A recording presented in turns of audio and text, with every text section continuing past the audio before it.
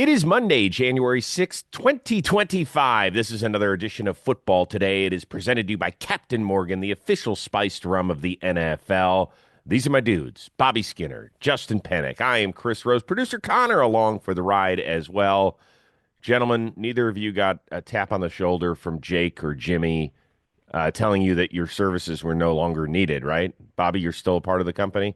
No, just like Joe Shane and Brian Dable, we have a playoff mandate next year, though. So we'll Okay. we'll adjust accordingly.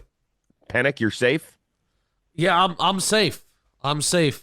Jimmy did try and throw a blitz ball at my not at my face, at my body today, and I was not ready for it. So what does that mean? Well, time will tell. Okay. Well, as of right now, we're all safe. We've had what we believe was a successful 2024.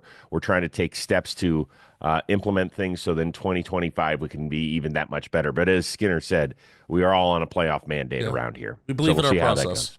All right, we jumpstart this show with our La Vida Más Fina Game of the Week. It is brought to you by Corona, and it was the 272nd and final game of the 2024 regular season. It all came down to the winner of the NFC North getting the one seed, getting the bye, and the Lions totally took it to the Vikings on Sunday Night Football. 31-9 is your final. Jahmyr Gibbs, not one, not two, not three, but four touchdowns on the day. But I really thought that the biggest news out there, Bobby, was the way that Aaron Glenn had that defense responding, particularly in the red zone in the first half.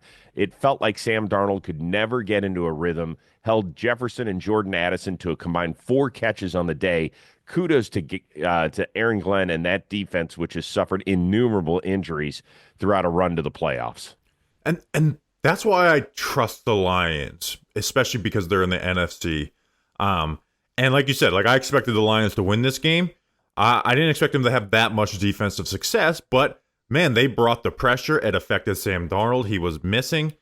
Now here's the thing: you play like that against a great quarterback, he's going to burn you. And teams have burned the Lions over the past month, but now their path and having the number one seed makes that significantly easier. Now you may get Matthew Stafford in round two, and that could be like kind of your biggest fear as a Detroit Lions fan, is getting him in there for a rematch of the playoff game last year and week one.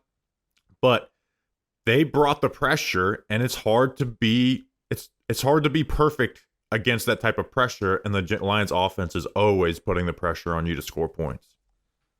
Yeah, I first off want to say, even though the score was 31-9, I thought it was a very, very physical football game on both sides. There are even certain points and certain times where I'm like, even this Vikings defense is playing well, especially through the first half. I mean, the first half, they allowed 10 points. This was a 10-6 game at halftime, so I really enjoyed watching this football game, the physicality of both teams, the chess match that was happening, even between Brian Flores and Ben Johnson and Jared Goff as part of that chess match through the first half. But I just think the Lions just overpowered the Minnesota Vikings, where the Vikings were down in the red zone. They were 0 for 4. I mean, the Lions were 3 for 3 in red zone efficiency.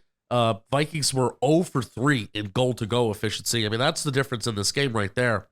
And I almost don't, like, the Vikings didn't play great. Sam Darnold didn't play great.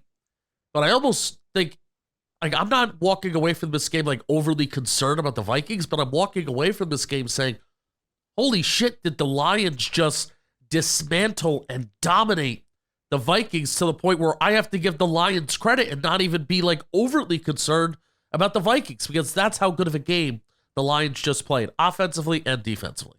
Yeah, I suppose the bigger question here, Bobby, is that, 5 or 6 weeks ago, we were asking, would you take the Lions or the field in the NFC? And then the injuries started to pile up on the defensive side of the football. And we're like, man, are they even going to be able to win the North? Or are they going to have to go on the road for Wildcard Weekend? Now have they kind of reestablished themselves where that question is pertinent yet again? I think so. I mean, they're getting, fairly healthy. They're missing Aiden Hutchinson, but like Terrion Arnold, he should be all right. I think Anzalone being back is huge. I mean, he had a fucking game last night, right? Like, I don't like putting a linebacker on TJ Hawkinson is a wild move. And the fact that he did as good of a job as he did was really something. But Aaron Glenn's going to compensate for that by bringing the pressure. We're gonna send guys, so you better be ready and you better be accurate with the football. And Sam Darnold wasn't. So, yeah, I mean, it's still hard because to get their ultimate goal, the Super Bowl, because you're gonna have to play some great QBs, and we've seen over the last month that defense can be had.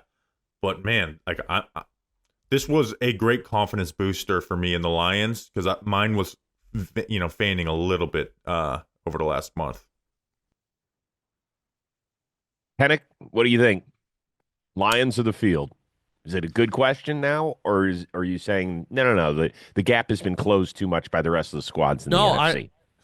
You don't want to take too much from one game, because especially you may have a team that has a really good wild card game and then they catch fire, which I do believe in football that momentum is a thing where if a team can get hot at the right time, and the Lions are, even though they need this week off, they are going to be taking a week off. So. But this dominating performance against the Vikings team that was coming in very hot. Like, if you believe in momentum, there was a Minnesota Viking team that won a ton of games in a row, put together a ton of good performances, and a lot of people thought that the Vikings were going to take down the Lions on the road. This was just it was a statement performance, where usually you walk away where a game is 31-9, and I'm like, ooh, the Vikings got issues. I'm walking away from the game being like the Lions just dominated. So I now think a couple weeks ago I would have taken the field, and I think I did. And now I'm kind of switching, that momentum's back on the Lions side. Yeah, I mean, I don't think that the Packers, I think this Christian Watson, we don't have the full news here, but we were talking a non-contact injury. We'll see hopefully in 2025 and get our fingers crossed. But as of the taping of this show, nothing is definitive out of Packerland. So, they look like a dangerous 7 seed. I think Philadelphia will make quick work of them. Tampa Bay is a team that won up there earlier this year. They gave the Lions all they could handle in the playoffs last year. I still believe that Tampa could win up there. I believe the Rams. So I think there's 3 teams that could win at Detroit. So I have to look at the health of all those 3 teams once the matchup is set for divisional round weekend. But I think that there's, 3 teams that could give Detroit a serious run. So I'm not going to just say, hey, they'll coast to their first Super Bowl appearance. I'm not going to put it that way. But, man, the Lions fans, go celebrate. First time ever you were the 1 seed as we head into the playoffs. So that was the game of the week brought to you by Corona. And you know what we always try and be around here? A fan that never loses. And here's what we mean. Team doesn't always win every single night. In fact, our teams didn't do a lot of winning throughout the 2024 season. But when they lose, we still love the game. So whether it's a deep ball or maybe a 3rd or 4th and short conversion, just a great tailgate out in the parking lot. You always see Penik out there at the Giants games. There's always something to cheer for. And the best beer to pair with those awesome moments, it is Corona. Corona's all about finding the maximum amount of joy within every moment of the game, win or lose, at home or on the road. It's the perfect beer to go along with watching football and all the moments that come along with it. So cheers to everybody who loves the game beyond the scoreboard. Corona, for the fan who never loses.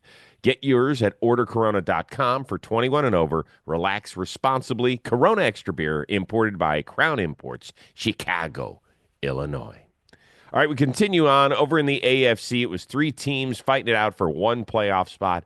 Saturday night, Cincinnati did its job. The defense held on a final drive, outlasting the Steelers. So all they could do was watch football. They had to pray that the Broncos lost to the Kansas City JV team and that Miami lost at the Jets. Well, Miami lost in part because the Dolphins looked up in the second quarter and said, damn, what the hell is happening in Denver? Broncos with an avalanche, 38-0. They advanced to the playoffs for the first time since kissing the Lombardi Trophy after winning Super Bowl 50. And now we get a 2-7 matchup between the Bills and Josh Allen and a rookie and Bo Nix and Sean Payton and the Broncos. And what we don't get is Cincinnati in the playoffs, even though they had a great run by winning 5 straight at the end of the season. How bummed are you that Burrow, Chase, Higgins, and that squad, Justin Penik, are watching just like you and me? I mean, very bummed. I mean, yeah. Burrow leading the league in yards. Burrow leading the league in touchdowns this year. Yards per game, 289 this year. So it's bad. The whole record of how many games he's thrown for a certain amount of yards, certain amount of touchdowns. So we're gonna get robbed of that. But I'm so shocked that 2 years in a row now, we're talking about Lou Anarumo's defense, where a couple years ago, Anarumo was getting head coaching hires, and we thought that this guy was possibly going to be a head coach for a football team, and now I think his future is very much up in the air. I don't think he should be retained. So I'm very shocked just to see that this defense 2 years in a row just does not show up. Lou Anarumo can't get his guys kind of in line. And is it an Anarumo thing? Is it a personnel thing? I'm not fully sure, but it is a shame that I think, I'm excited to see Bo Nix, but I think it's a shame that we're not going to be able to see Burrow in this offense in the postseason for sure. I'm bummed. They were my preseason Super Bowl champs we're talking here, Rose. Yeah, I mean, don't get me wrong. I would have loved an Allen Burrow matchup in the first round of the playoffs, but in reality, this Bengals team was not going to go far in the playoffs with that. I mean, they just don't have the talent. And I know they fired Lou Anarumo, who I think has been a big game, who's been a good DC for them at times. This year, obviously, went sideways. But that defense just isn't talented, and they've let all great players leave, like Jesse Bates. DJ Reader, like those are key players that they let walk, and they've trusted young guys to fill those roles, and they haven't done a good job. Like they've done bad. So they're gonna, they fired a lot of coaches today. I agree with them keeping Zach Taylor, but in reality, they need to start getting some of these defensive investments right, because they've invested a lot of early draft capital into it. I just woke up about 5 minutes before we started the show. They fired all those coaches? Yeah, they fired their linebacker coach, James Betcher, shout out, their offensive line coach, and then I think they fired a couple other coaches too. So Lou got it? Mm-hmm. Lou's gone. Which I think he'll get another job somewhere, but he's gone. Well, it's interesting because they have spent a lot of draft capital. They've spent a bit on linebackers, right? Logan Wilson, Akeem Davis-Gaither, a ton in the secondary. Cam Taylor-Britt, we thought that last year before the injury was going to move to a different stratosphere defensively. That hasn't worked out. They had a second-round pick on DJ Turner, Dax Hill. Like they have tried through the draft on that side of the football. Maybe they just have to try via free agency a little bit more. They brought Von Bell back. They brought in Geno Smith. That stuff just didn't work for the most part this season. And yeah, it's a bummer. It's a bummer. I was dying for a Josh Allen, Joe Burrow matchup. Cincinnati knows how to win on the road. And part of the reason that they went to back-to-back AFC championship games and certainly made the Super Bowl that one season was because Anarumo's defense was unreal, right? In Tennessee, they had turnovers, they had sacks, all that sort of stuff. Kansas City, they did a really good job, and that's when Patrick Mahomes' offense was humming back in the day, not this clunker that we've seen now the last year and a half, it feels like. So that part is disappointing, and it's a wasted year. And for anybody that says, oh, well, it's not fair because Denver didn't have to go against Kansas City starters. Well, shit, you go win on opening day against the freaking New England Patriots, then you don't have to worry about stuff like that. And yeah, go ahead, Bobby. Well, I mean, I remember spending the 2 weeks before the season, talking about the Bengals and how they slow start every year, but it's like, but they can't lose to the Patriots week one. This can't be the year where they start and then finish strong. And look at it. I mean, like you said, they won 5 straight and missed out on the playoffs. And honestly, I would have liked to see the Bengals in the playoffs, selfishly more than the Broncos. But they don't deserve to be in the playoffs more than the Broncos. The Broncos have a top defense. They have a rookie QB who's playing extremely well after starting the season very badly. That defense was good enough to get them through that portion of time. Like, this Broncos team deserves to be in the playoffs much more than the Cincinnati Bengals. With all that being said, obviously in our episode later on this week, we're going to break down all 6 playoff games of Wildcard Weekend. But as of right now, just first blush, which game are you most fascinated by heading into the weekend? We got 2 on Saturday, 3 on Sunday, and we'll wrap things up Monday night out in Los Angeles. Penik, you can hit lead off on this one. Vikings Rams. Love that that's a Monday night game.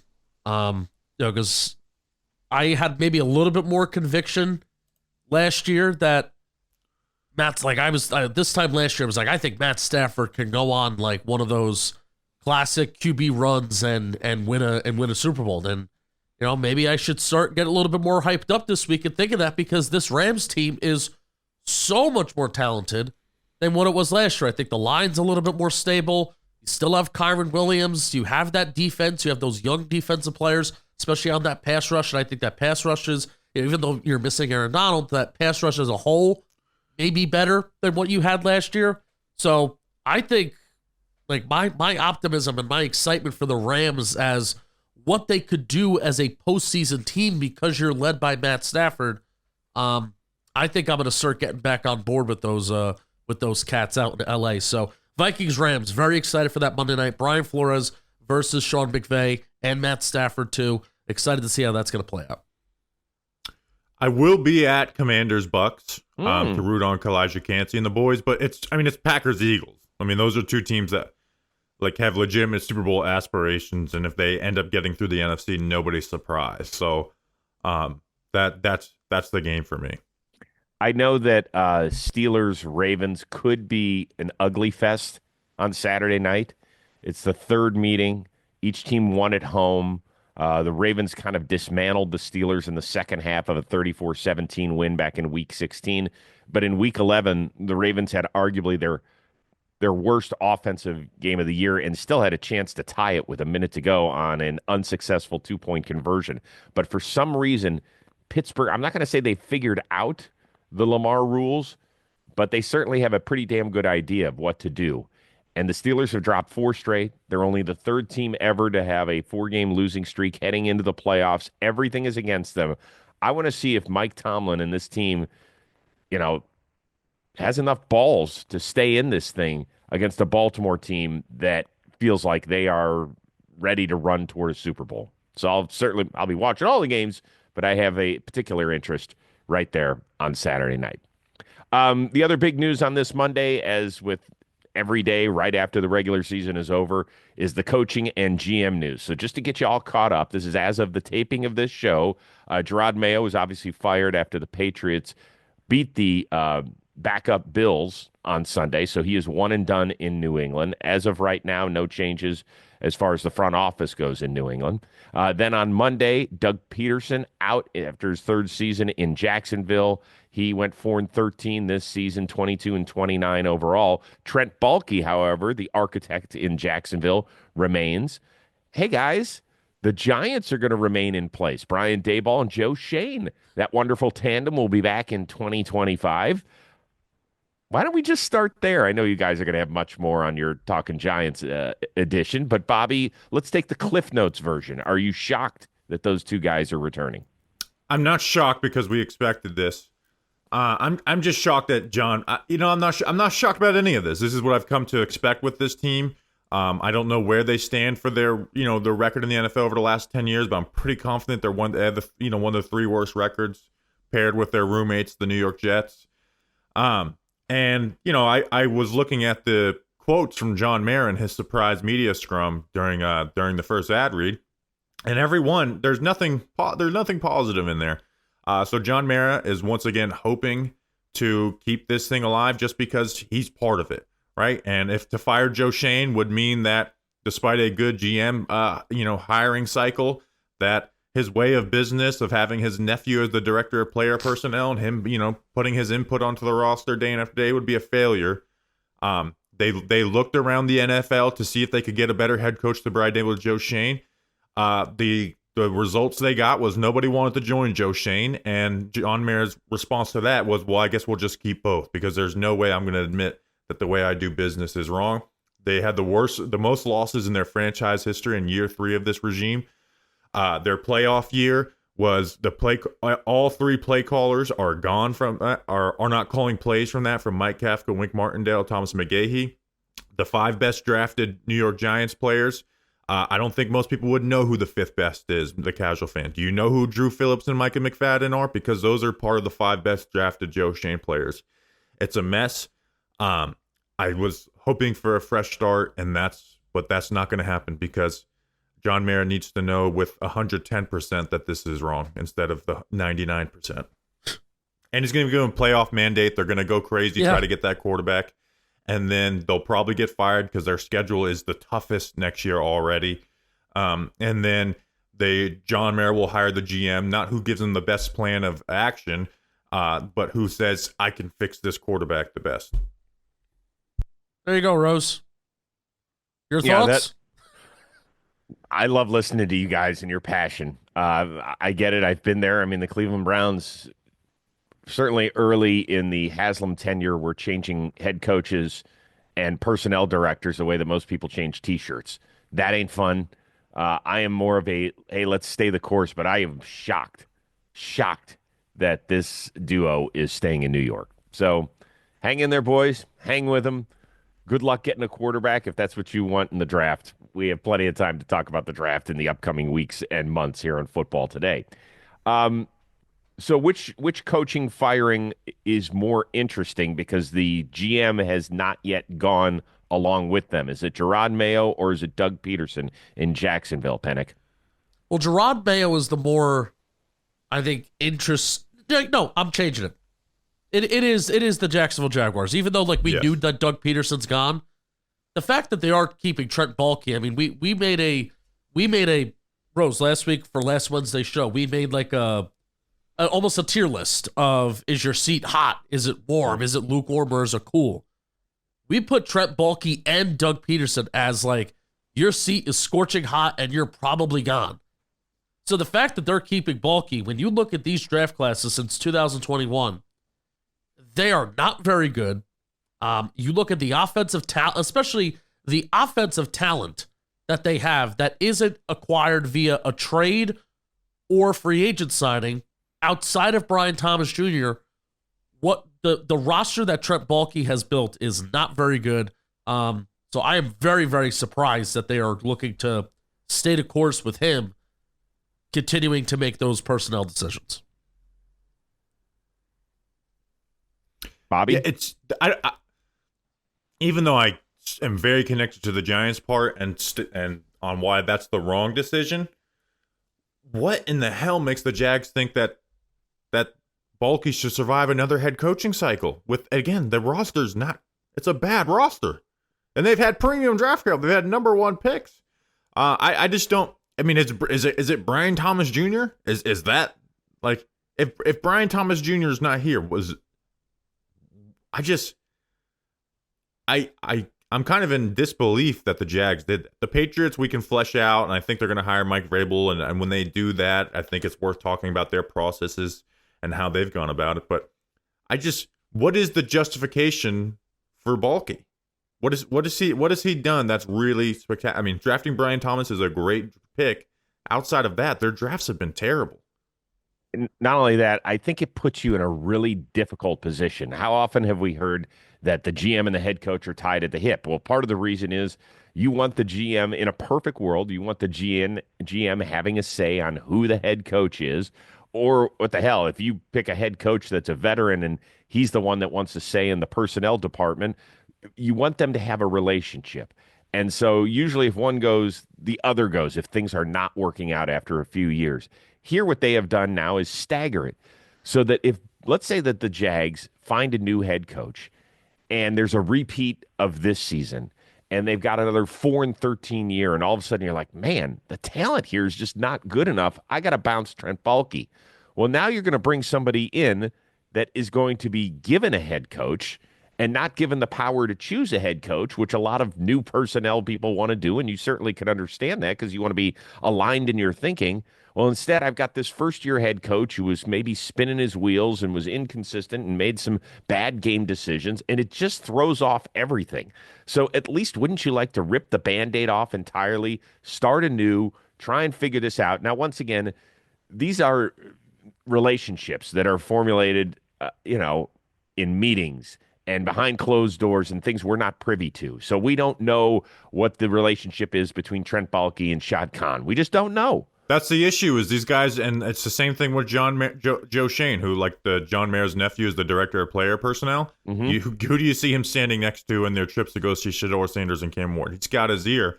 And unfortunately, these GMs are good at slick talking these owners into why they deserve a chance. And when something does go wrong, man, but you agreed with that, right? You agreed with Daniel Jones. You agreed with Trayvon Walker over Aiden Hutchinson at the time. These owners fall for it. They fall for it, and they, like you said, they judge him off of how their relationship is and how things in the building are, and not just on the results, which have been piss poor for both teams. All right, and the Patriots part too. We're going to look at the Gerard Mayo situation up there in Foxborough, one and done. Is that a fair move? More coaching news talk coming your way, but first, Justin Penik with this word. DraftKings, we got to talk about it. We got to do it. Football fans, it is playoff time. We've got some exciting games to look forward to, and you can get in on all the playoff action right now with our partners at the DraftKings Sportsbook. Right now, they are offering all new customers $200 in bonus bets instantly after betting just $5 on anything. When you use code football today, stay on the action. Use your $200 in bonus bets on DraftKings same-game parlays for a shot at an even bigger payout. Love the thrill of live betting? DraftKings has got you covered. Bet live on in-progress games as they happen, making watching the game that much more exciting. And if sports betting is not yet available in your state, don't worry, you can still join in all the fun with DraftKings Daily Fantasy and have a shot to win cash prizes. So download the DraftKings Sportsbook app right now. Use code football today. Bet $5 on any wager. Get $200 in bonus bets instantly. That's promo code football today. All one word, only at the DraftKings Sportsbook. The crown is yours, and you will be glad you did. Certainly be glad he did. The question is, will the New England Patriots be glad that they got rid of Gerard Mayo after just one season? Second youngest head coach. He was the handpicked successor by Robert Kraft after Bill Belichick departed. Mayo is a lifelong Patriot, right? A top 10 pick, two-time Pro Bowler, won a Super Bowl, went out in the corporate world, came back to be an assistant coach, and then eventually was elevated to head coach. I can tell you this from having done 2 games of theirs this season, one over in London in the middle of the season, and then the penultimate game of the year against the Chargers, which was probably their ugliest loss of the season. This team needs a ton of help. It is the least talented franchise, I think, in the NFL. I would be worried if Elliott Wolf is the guy making the decisions on free agency and the draft. If I were a Patriots fan, that would scare the bejesus out of me. And I think that as tough as it was for the Crafts to do this, I think it's the right move. I really do. I have probably watched more football of the New England Patriots than any non-Patriot fan in the country. As I was getting ready to do their 7th game of the year, I watched their first 6. And then when I had an idea that I would be doing them in week 17, I started watching about 5 games out. That's a lot. It's hard enough being a Browns fan and watching that every week. But to have to watch detailed play of the New England Patriots, I thought my retinas were going to get burned at times. Play calling, suspect at best. Defensively, a total mess. And you could say whatever you wanted about the last few years under Belichick. At least defensively, there weren't missed assignments. There weren't gaps all over the place. They weren't getting gashed in the running game, all that sort of stuff. That was tough. And then you just heard some things out of Gerard Mayo's mouth that I thought were really troublesome throughout the year and missteps by a rookie head coach. And I don't think that the Kraft family has time to do this. I don't know if this move gets made if Mike Vrabel had been picked up in the coaching cycle a year ago. I will be honest with that. I think that if they don't get Vrabel to come up to New England, where he's already got a quarterback in place and a top 5 draft pick in tow as well, I think that Vrabel's going to make a stink and say, listen, Elliott Wolf might be a good guy. I can't have him making the picks. That's where I sit with this whole thing, Bobby. I agree. I think this is the right decision. Here's the issue is that Gerard Mayo probably should have never been hired. They didn't do a coaching hiring process last year. Gerard Mayo, even if he could be a good coach one day, was not ready for this. Like you mentioned, the defense underperformed. It really struggled down the road, and it seemed like he just kind of lost all type of respect throughout that building. My worry, though, is they're making the same mistake and that they're just going to go hire Mike Vrabel. And there's going to be no process. They're trying to do that. They're going to keep Elliott. They're trying to do what great college programs do. And when they start to struggle, it's like, well, let's bring back that alumni who's an assistant coach at, who's the head coach at this place or whatever. Let's bring that back, and that's what's going to fix us. And I know Mike Vrabel never coached for the Patriots, but he does have ties there. Bobby, you don't think he's a good coach?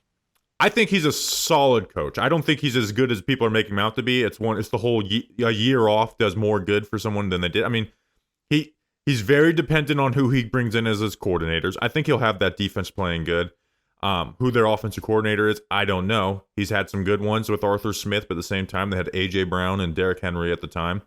And he's had some really bad ones like Tim Kelly. So I think he's a solid coach, but they should be doing a full head coaching cycle. Like if I were a Patriots fan, I want to bring in an offensive-minded head coach to work with Drake May. I certainly can understand that. That is the part that scares me because we kind of forget how it fizzled out once Arthur Smith left as the play caller in Tennessee and took the head coaching gig in Atlanta. They went all over the place and it just didn't feel right in Tennessee. So I understand that part of it all.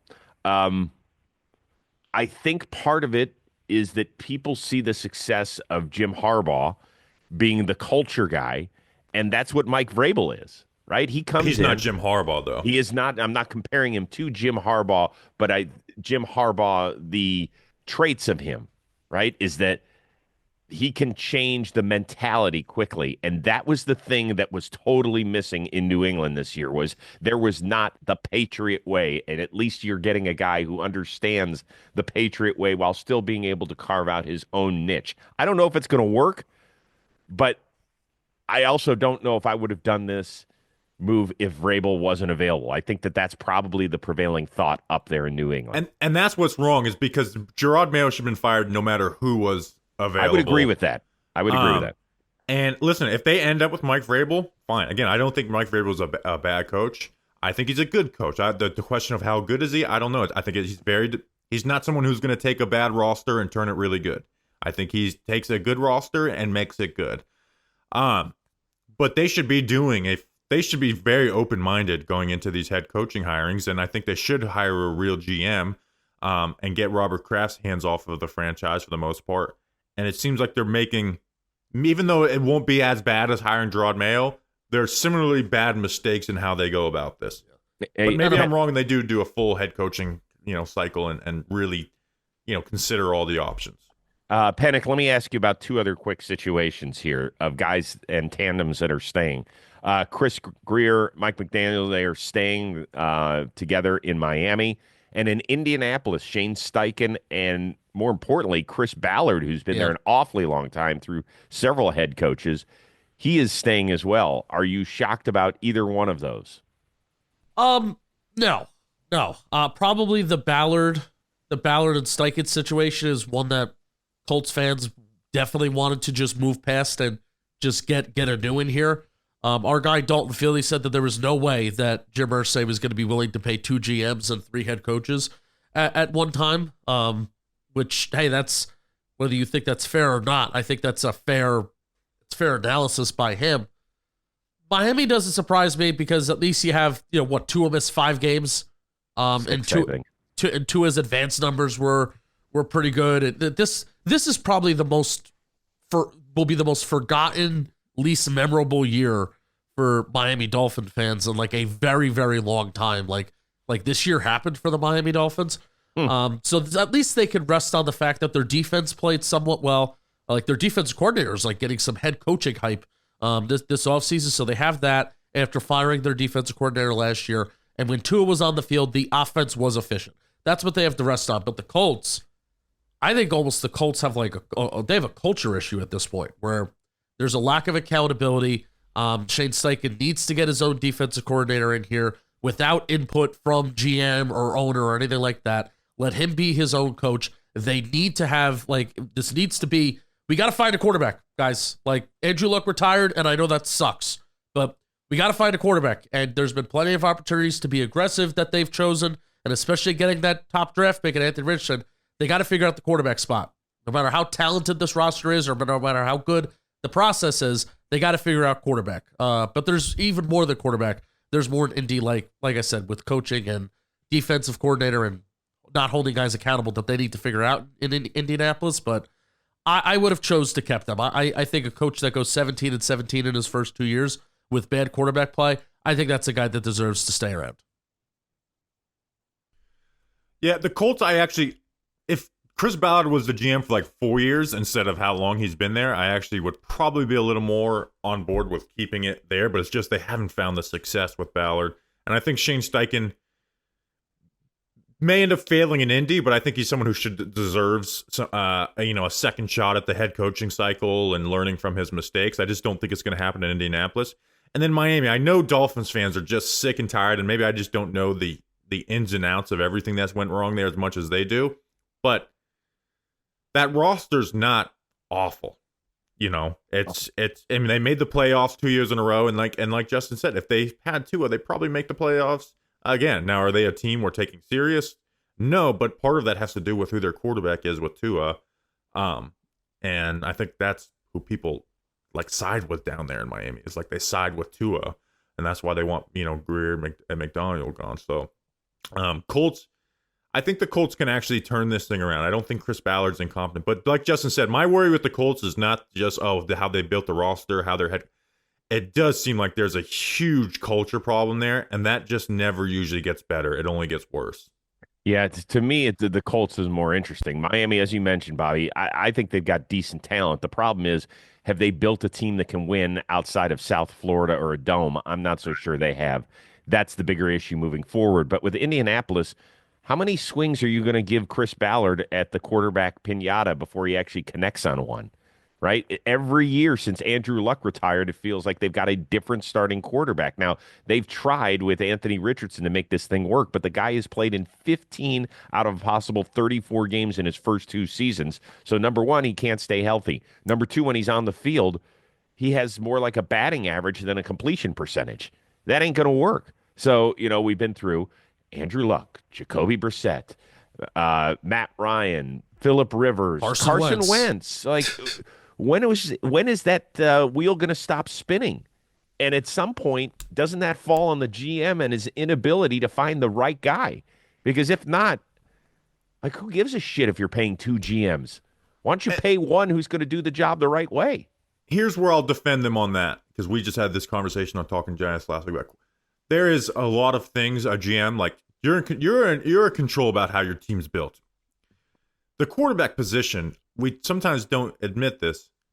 It's a little bit about luck, like having your worst season at the right time with the right quarterbacks there, or having the strength of schedule to lose some tiebreakers and draft order and stuff. And it's like, I'm sure we can look at some better free agent options, but what's been the man, I can't believe the Colts let this franchise quarterback get away from them moment?